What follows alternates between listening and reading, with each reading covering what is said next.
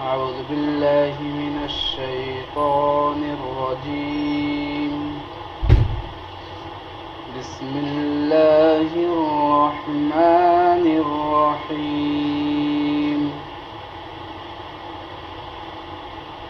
يا أيها النبي اتق الله ولا تطع الكافرين والمنافقين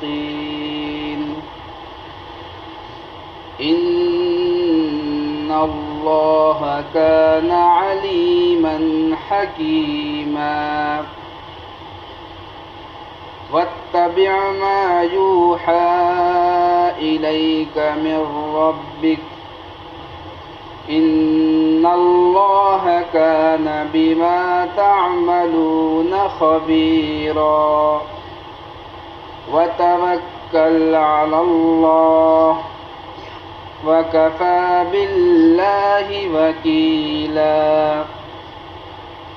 ما جعل الله لرجل من قلبين في جوفه وما جعل أزواجكم اللائي تظاهرون منهن أمهاتكم وما جعل أدعياءكم أبناءكم ذلكم قولكم بأفواهكم والله يقول الحق وهو يهدي السبيل.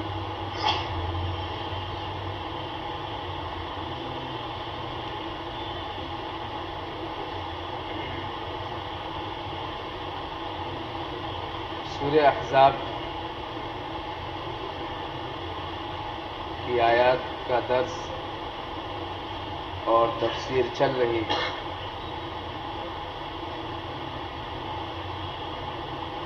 اور اس سے پہلے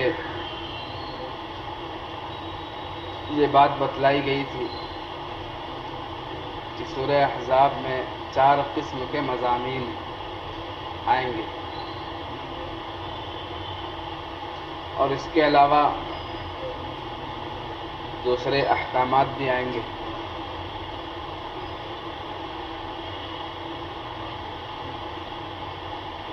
اور سورت کو جو شروع کیا گیا یا ایھا النبی اتق اللہ، کہ اے نبی آپ اللہ سے ڈریے. تو تقوی کے متعلق کچھ باتیں جو ہیں وہ عرض کی گئی تھی. تقوی جو ہے وہ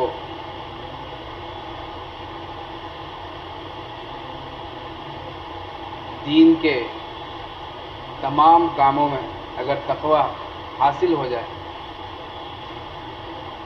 تو انسان اللہ کی نافرمانی سے بچ جائے اور اللہ کی طاعات پر، اللہ کے احکامات پر عمل کرنا اس کے لیے سہل اور آسان ہو جائے.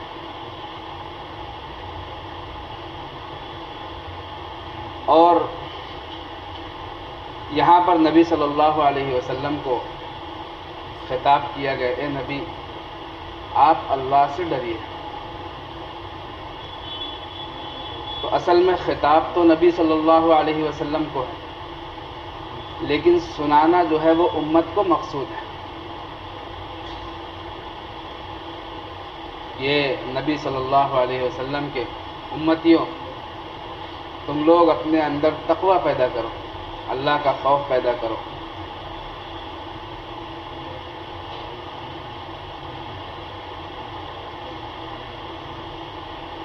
اور دوسرا حکم جو ہے، اچھا یہ حکم نبی صلی اللہ علیہ وسلم کو دینا کہ آپ تقوی اختیار کیجیے. تو جب حالانکہ نبی صلی اللہ علیہ وسلم کی ذات سے اس بات کا احتمال اور اس بات کا شائبہ نہیں ہے کہ نبی صلی اللہ علیہ وسلم کی ذات سے ادنا درجہ بھی اللہ کی نافرمانی ہو جائے.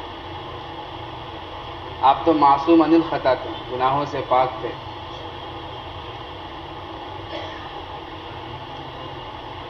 لیکن سنانا ہے امت کو. اور یہ ایسا ہوتا ہے کہ دنیوی معاملات میں بھی ہم دیکھتے ہیں کہ بادشاہ اگر کوئی حکم نافذ کرتا ہے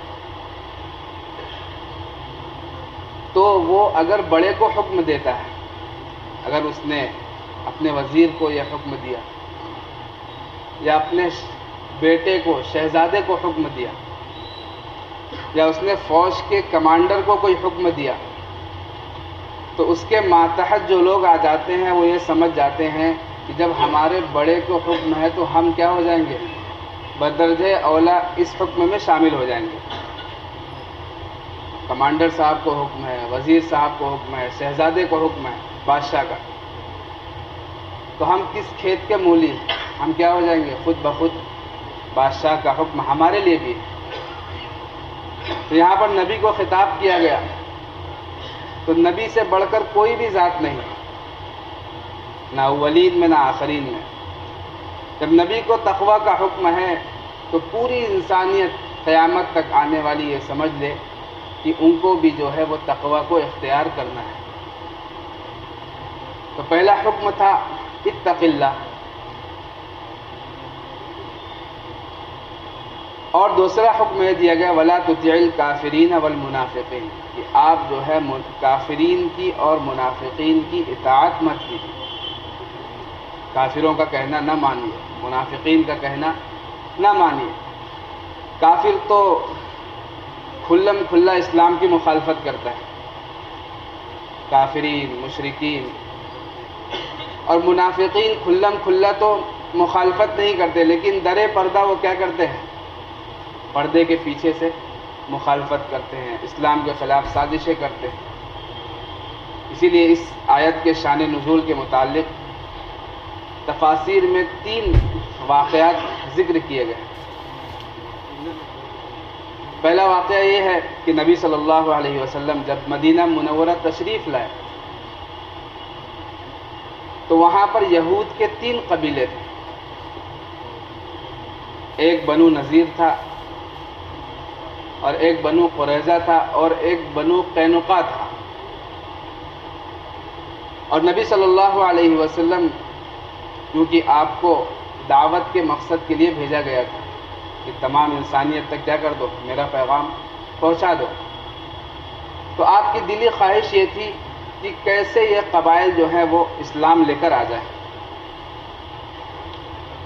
تو بہت سے منافقین جو ہے اتفاقاً، حالانکہ ان کے دل میں اسلام نہیں تھا، یہودیوں ہی میں سے بہت سے لوگ صرف نبی صلی اللہ علیہ وسلم کو دکھلانے کے لیے مسلمان ہو گئے، اور اندر ان کے اسلام نہیں تھا. انہی کو منافقین کہا گیا. تو جب وہ آتے تھے نبی صلی اللہ علیہ وسلم کی مجلس میں تو آپ صلی اللہ علیہ وسلم ان کے ساتھ بڑے اخلاق سے پیش آتے، مدارات کا معاملہ ان کے ساتھ کرتے. تو اس وقت یہ آیت نازل ہوئی کہ آپ کافروں اور منافقوں کا کہنا نہ مانیے. اور دوسرا واقعہ یہ نقل کیا گیا ہے تفسیر کی کتابوں میں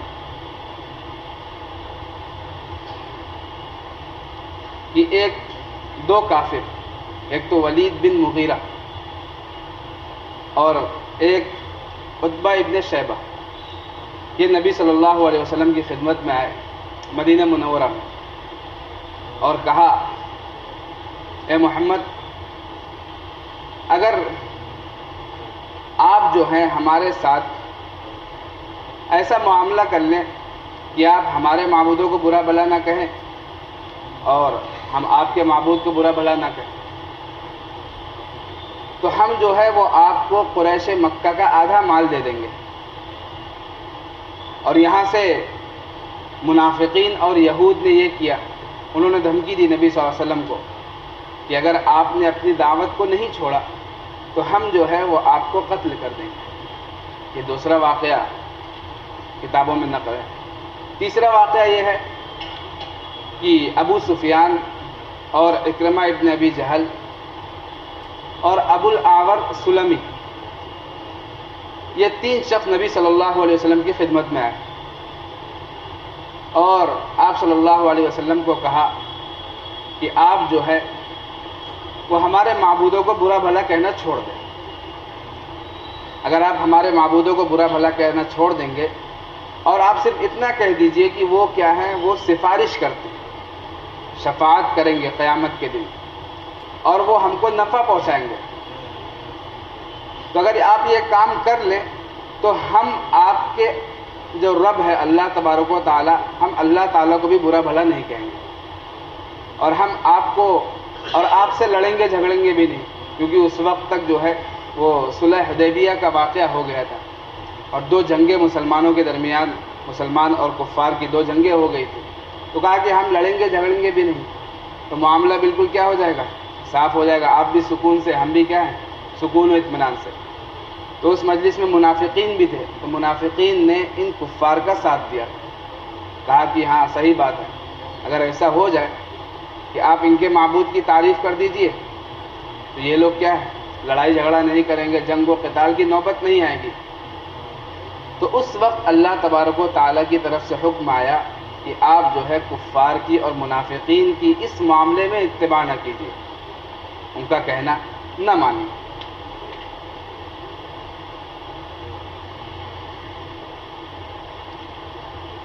قرآن پاک میں بہت سی آیات آئی ہیں جس سے پتہ چلتا ہے کہ کفار اور منافقین کے ساتھ جو ہے وہ تعلق اور دوستی کو نہیں رکھنا چاہیے. جیسے ایک آیت ہے، لا يتخذ المؤمنون الكافرین اولیاء من دون المؤمنین، کہ مومنین کافروں کو اپنا دوست نہ بنائے، اپنا ولی نہ بنائے دوسرے مومنین کو چھوڑ کر. اور دوسری بھی آیات ہیں کہ جس سے پتہ چلتا ہے کہ کفار کو اپنا دوست نہ بنائے. تو ان آیات کو لے کر بہت سے جو اسلام کے مخالفین ہیں، اور یہود و نصارہ ہوں چاہے کفار و مشرکین ہوں، ان کو اسلام کے خلاف بولنے کا موقع مل گیا کہ اسلام جو ہے وہ انسانیت کا درس نہیں دیتا ہے، کہ یہاں پر قرآن پاک میں منع کیا جا رہا ہے کہ کیا ہے، کافروں کو دوست نہ بنائیے، ان کا کہنا نہ مانیے. حالانکہ انسانیت تو یہ کہتی ہے کہ تمام انسان کیا ہے، انسان ہونے میں سب شریک ہیں، تو تمام انسان جو ہے باہم مل جل کر رہیں، کیونکہ ایک دوسرے کی ضرورت ان سے وابستہ ہے. تو ایسا نہ کریں. اور قرآن کی تعلیم یہ ہے. تو اصل میں یہ جو دوستی ہے اس کی 4 قسمیں مفسرین نے بیان کی. کہ ایک قسم جو ہے وہ موالات ہے. موالات کا مطلب یہ ہوتا ہے کہ ایک شخص کا دوسرے شخص سے یا ایک جماعت کا دوسری جماعت سے ایسا تعلق قائم ہو جائے کہ ان کا نفع نقصان ایک ہو جائے، ان کا مقصد زندگی ایک ہو جائے. یہ ایک معاملہ ہوتا تھا موالات کا پہلے زمانے میں بہت زیادہ. تو یہ تعلق جو ہے جس کو قلبی تعلق کہا جائے، دلی محبت، یہ کفار کے ساتھ یہ جائز نہیں. یہ ایک ہو گیا موالات. اور دوسرا ہوتا ہے مواسات. مواسات کا مطلب یہ ہوتا ہے کہ باہمی خیر خواہی، غم خواری، نفع رسانی، یعنی ایک دوسرے کے ساتھ جو ہے ان کی خیر خواہی کی جائے، ان کے غم کو جو ہے وہ بانٹا جائے، غم اور خوشی کو بانٹا جائے، ان کو نفع پہنچانے کی کوشش کی جائے. تو یہ ایسی چیز ہے جس کو مواسات کہتے ہیں. اور مواسات جو ہے وہ کافروں کے ساتھ بالکل جائز ہے.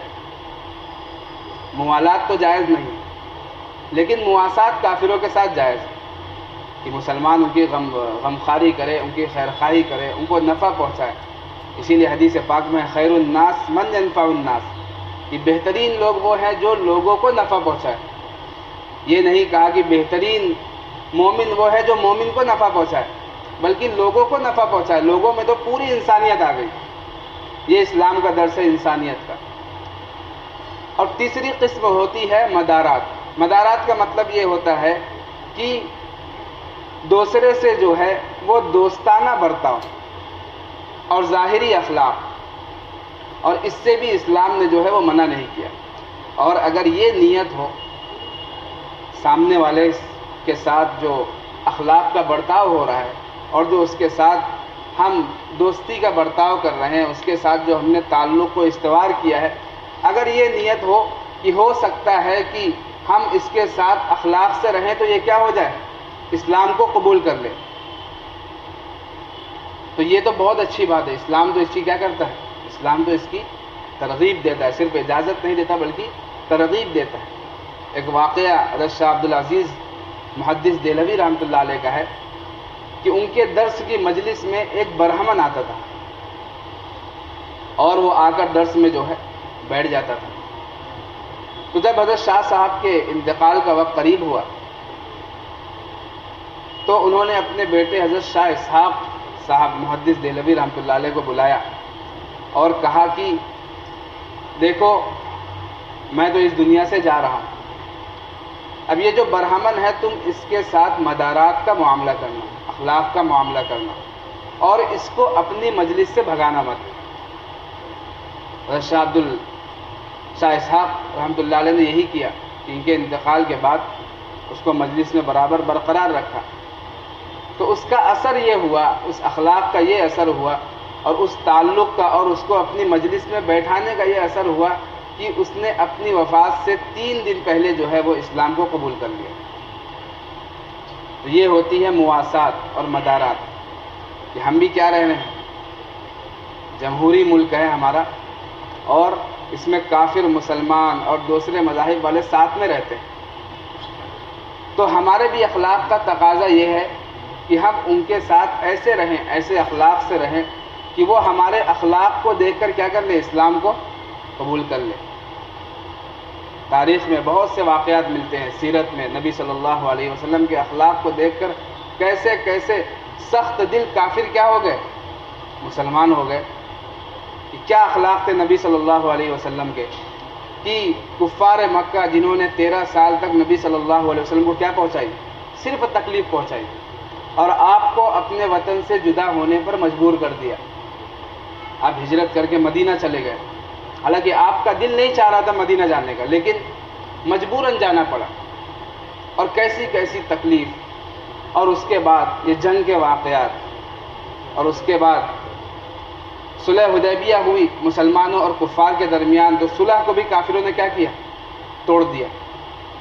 لیکن جب آپ صلی اللہ علیہ وسلم مکہ میں داخل ہو رہے ہیں فاتح بن کر، اور آپ صلی اللہ علیہ وسلم غالب ہو گئے ہیں اور مکہ آپ کے قبضے میں آ گیا، اس وقت تو یہ تھا کہ نبی صلی اللہ علیہ وسلم چاہتے تو یہ کرتے کہ جتنے کافر ہیں اور ان کے جو سردار ہیں سب کو کیا کرتے، پکڑوا کر قتل کروا دیتے. لیکن نبی صلی اللہ علیہ وسلم کا اخلاق تھا کہ آپ نے اس وقت کیا فرمایا، لا تثریب علیکم الیوم، تم پر آج کوئی زبردستی نہیں، تم پر کوئی ملامت نہیں. آج جو ابو سفیان کے گھر میں داخل ہو جائے وہ بھی کیا ہے، وہ بھی آج مامون ہے، وہ بھی محفوظ ہے. تو یہ تھے نبی کے اخلاق. کافروں کا ایسا معاملہ، لیکن نبی صلی اللہ علیہ وسلم کے اخلاق ایسے تھے. تو اس کا مطلب یہ نہیں سمجھنا چاہیے کہ کافروں کے ساتھ تعلق نبھانے کو اسلام منع کرتا ہے، بلکہ ان کے ساتھ مواسات کا، مدارات کا، اخلاق کا، مہمان نوازی کا، سب معاملے ان کے ساتھ کیے جا سکتے ہیں. صرف ایک معاملہ موالات کا، یعنی ان کے ساتھ دلی محبت، کیونکہ اس کا جو ہے وہ نقصان ہوتا ہے.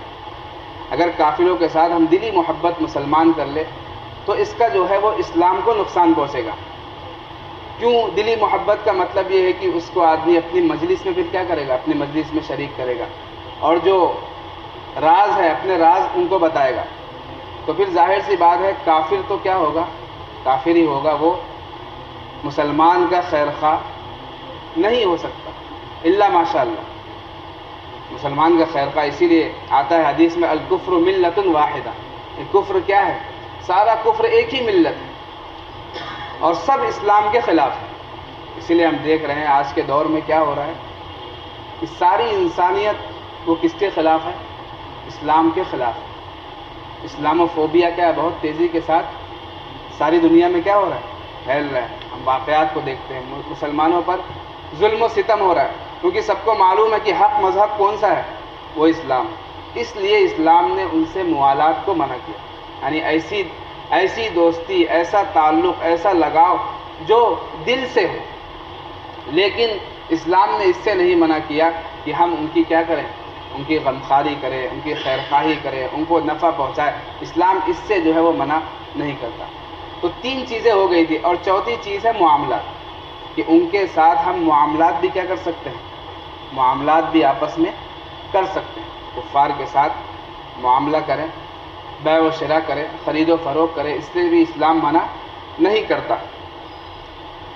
ہم چاہے تو ان کو اپنا ملازم رکھ لیں, یا ہم ان کے یہاں کیا کر لیں, ملازمت کر لیں. تو یہ سب صورتیں جو ہیں یہ صورتیں بنتی. اچھا, اب ایک ذہن میں بات آتی ہے کہ جب اسلام جو ہے انسانیت کا درس دیتا ہے تو یہ موالات کا معاملہ ان کے ساتھ جائز کیوں نہیں؟ تو اس کا بھی جواب علماء نے دیا ہے کہ موالات کا معاملہ جو قرآن پاک میں منع کیا گیا ہے موالات سے, وہ اس لیے منع کیا گیا ہے کہ مقصد زندگی وہ اللہ کی رضا ہے اور اللہ کی عبادت. اگر ہم مسلمان ہونے کی حیثیت سے دیکھیں تو ہمارا مقصد زندگی کیا ہے, اللہ کی عبادت ہے اور اللہ کو راضی کرنا ہے. اور جو اس کے خلاف ہے وہ دوسرے مذاہب والے ہیں جو اللہ کو نہیں مانتے, نبی صلی اللہ علیہ وسلم کو رسول نہیں مانتے, اسلام کا انکار کرتے ہیں, آخرت کو نہیں مانتے. تو ان کا مقصد زندگی کیا ہے, بالکل جو ہے وہ اسلام کے مخالف ہے. اور یہ جو ان کا مذہب ہے یا جو یہ کام کرتے ہیں یہ شیاطین کے اشارے پر چلتے ہیں. چاہے ہندو مذہب ہو جو بت پرستی کو اختیار کیے ہوئے, اس کا حکم کس نے دیا, شیطان نے دیا. کیونکہ شیطان نے تو وعدہ کر کے آیا تھا نا کہ باری تعالیٰ میں کیا کروں گا, تیرے بندوں کو میں گمراہ کروں گا, تیرے جو صحیح راستے پر جو تیرے بندے چل رہے ہیں میں ان کو گمراہ کروں گا. لَآتِيَنَّهُم مِّن بَيْنِ أَيْدِيهِمْ وَمِنْ خَلْفِهِمْ وَعَنْ أَيْمَانِهِمْ وَعَنْ شَمَائِلِهِمْ, کہ میں ان کے سامنے ہر طریقے سے آؤں گا, سامنے سے بھی آؤں گا, پیچھے سے بھی آؤں گا, دائیں سے بھی آؤں گا, بائیں سے بھی آؤں گا. اور قرآن پاک میں کہا گیا إِنَّ الشَّيْطَانَ لَكُمْ عَدُوٌّ فَاتَّخِذُوهُ عَدُوًّا, کہ شیطان جو ہے وہ تمہارا دشمن ہے اور اس کو کیا سمجھو, دشمن سمجھو. تو جو لوگ شیطان کے متبعین ہیں, جو شیطان کی پیروی کرتے ہیں, شیطان کو مانتے ہیں, تو قرآن پاک کہتا ہے کہ ان کے ساتھ موالات کا بھی معاملہ ہمارے لیے کرنا صحیح نہیں ہے, کیونکہ مقصد زندگی ان کا الگ ہے اور ہمارا مقصد زندگی کیا ہے, الگ ہے مسلمانوں کا. قل ان صلاتي ونسكي ومحياي ومماتي لله رب العالمین. ہمارا مقصد زندگی کیا ہے, میری نماز, میری قربانی, میرا جینا, میرا مرنا کس کے لیے ہے, اللہ تبارک و تعالیٰ کے لیے ہے. تو مقصد زندگی مختلف ہے, اسی لیے موالات کا معاملہ نہیں کر سکتے. لیکن اس کے علاوہ جو ہے مدارات کا معاملہ ہو, مواسات کا معاملہ ہو, معاملات ہو, سب کچھ کفار کے ساتھ ہم کیا کر سکتے ہیں, کر سکتے ہیں.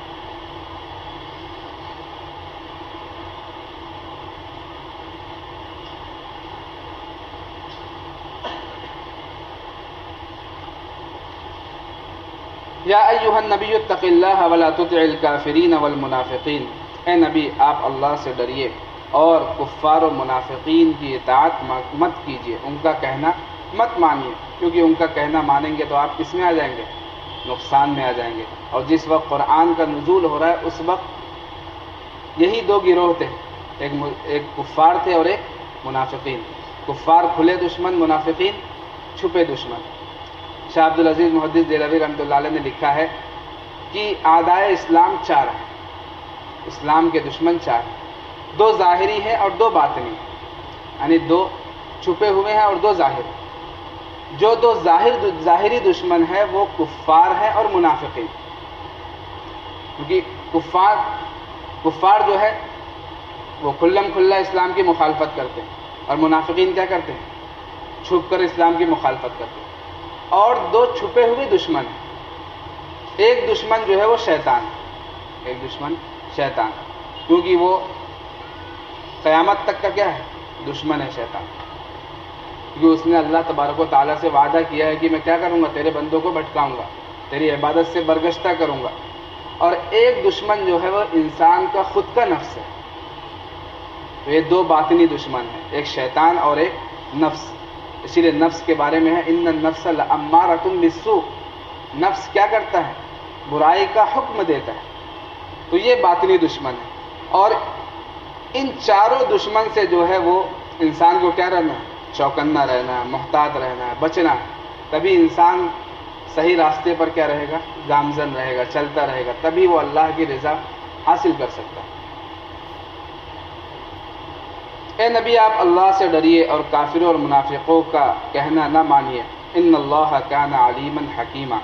بے شک اللہ علم والا ہے اور حکمت والا ہے. اللہ علیم ہے، یعنی اللہ جانتا ہے کہ منافقین